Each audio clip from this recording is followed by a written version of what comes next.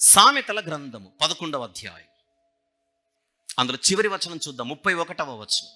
సామెతల గ్రంథము 11వ అధ్యాయం 31వ వచనం. నీతిమంతులు భూమి మీద ప్రతిఫలము పొందుదురు. నెక్స్ట్, భక్తిహీనులను పాపులను మరి నిశ్చయముగా ప్రతిఫలము పొందుదురు కదా. అంటే నీతిమంతులనే దేవుడు వదలడు ఎక్కడైనా తప్పులు చేస్తే. అలాంటప్పుడు పాపులను వదులుతాడా? ఇప్పుడే దావీదు గారి గురించి మాట్లాడుకొని ఇక్కడికి వచ్చాం. దావీదు గారు మంచోడేనా? విశ్వాసేనా? భక్తిపరుడేనా? తప్పు చేశాడా? శిక్షించాడా దేవుడు? ఎస్. దావీదు గారు తప్పు చేస్తేనే వదలని దేవుడు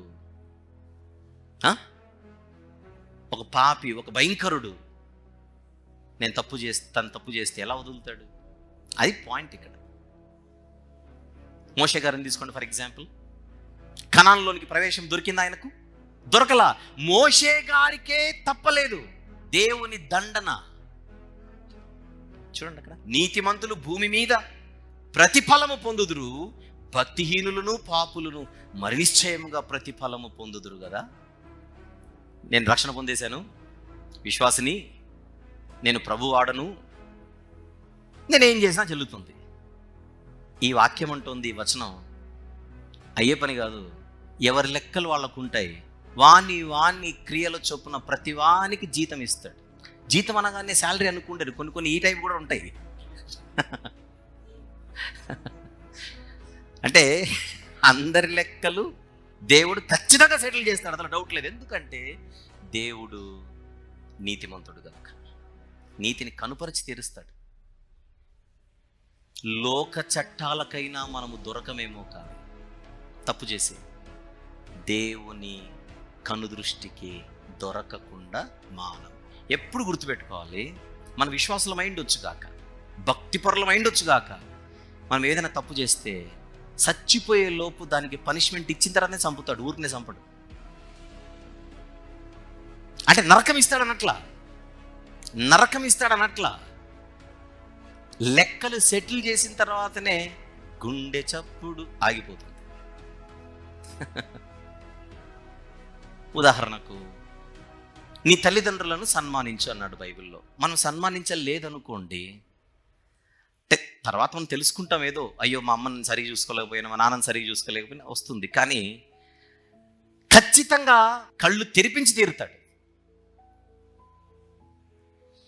అరే, ఆ రోజు నేను మా అమ్మను సరిగ్గా చూసుకోనందుకే కదా ఈరోజు నాకు ఈ పరిస్థితి, మా నాన్నని సరిగ్గా చూసుకోనందుకే కదా నాకు ఈ పరిస్థితి. ఎగ్జాంపుల్ చెప్తున్నా. అంటే ఖచ్చితంగా మనకు ఆ రియలైజేషన్ వచ్చేలా చేస్తాడు. దేవుడు తాను ప్రేమించు వారిని గద్దించి తీరుతాడు. అది ఎప్పుడు గుర్తుపెట్టుకోవాలి. విశ్వాసులమే తొట్టిల్లుతూ ఉంటాం, విశ్వాసులమే కొన్ని సందర్భాలలో బలహీనులం అయిపోయి పొరపాట్లు చేస్తాం. మనకు తెలియదు, నేను అక్కడ తప్పు చేశాను, పొరపాటు చేశాను, మనకు తెలియదు. ఆయన చూపిస్తాడు. Once upon a time you did this. ఇంకొక ఎగ్జాంపుల్ చెప్పనా? ఎవరి దగ్గర ఒక 100 రూపాయలు తీసుకున్నాం, రేపే ఇస్తానని. రేపు బాయే, ఎల్లుండి బాయే, 6 నెలలు బాయే, సంవత్సరం బాయే. మనమే విశ్వాసులమే. ఆ 100 ఇచ్చినోడు కూడా అడగడానికి ఇప్పుడు ఆలోచిస్తాడు, ఇంకా అవసరమా, పోతే పోయింది, నిండా పోయిన 2 సార్లు ఎందుకని. విషయం ఏంటంటే ఇచ్చినోడే మర్చిపోతాడు కొద్ది కాలానికి. ఆయన మరోడు 100కు ఒక 10,000 రూపాయలు ఫైన్ వేసి, ఎగ్జాంపుల్, ఇంకా ఎక్కువే, తక్కువేం కాదు,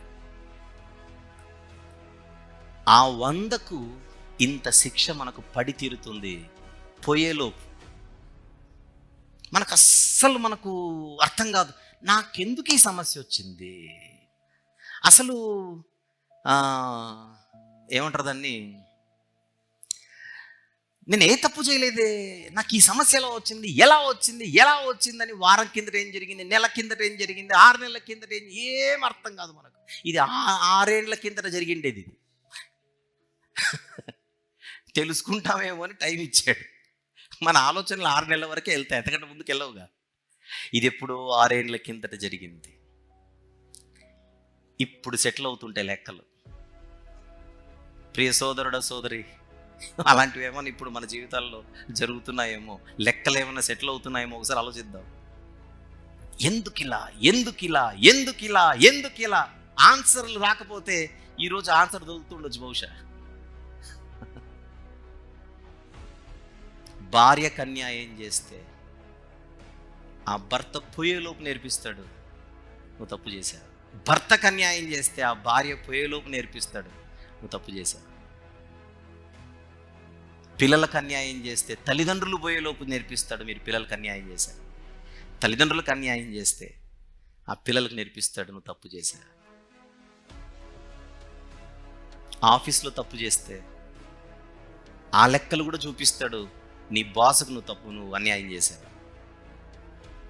బాసే తప్పు చేస్తే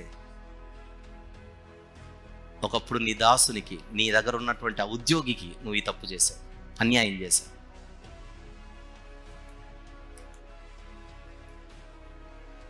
మనం ఉన్న స్థానిక సంఘానికి మనం అన్యాయం చేస్తే అది నేర్పిస్తాడు. ఎందుకనగా దేవుడు న్యాయవంతుడు కనుక ఆయన చెడును పొర్రపాటున కూడా సహించడుగాక సహించడు. ఖచ్చితంగా లెసన్ నేర్పించి తీరుతాడు, అందులో డౌటే లేదు. అబ్బే మనం ఇందులో ఏమోనంటే నువ్వు చెప్తే నాకు అంత అనిపించట్లేదంటే అప్పుడు నన్ను కాదు మీరు అనుమానిస్తుంది, దేవుని న్యాయాన్ని మీరు అనుమానిస్తున్నారు, దేవుని నీతిని అనుమానిస్తున్నారు. ఆయన నీతిని ఆయన న్యాయాన్ని అనుమానించడం అంటే ఆయన అవమానపరచడం. దేవుని మీద మీకు నమ్మకం లేనప్పుడు అనుకోండి, ఏమని అంటే అడగని చేస్తాడా అని.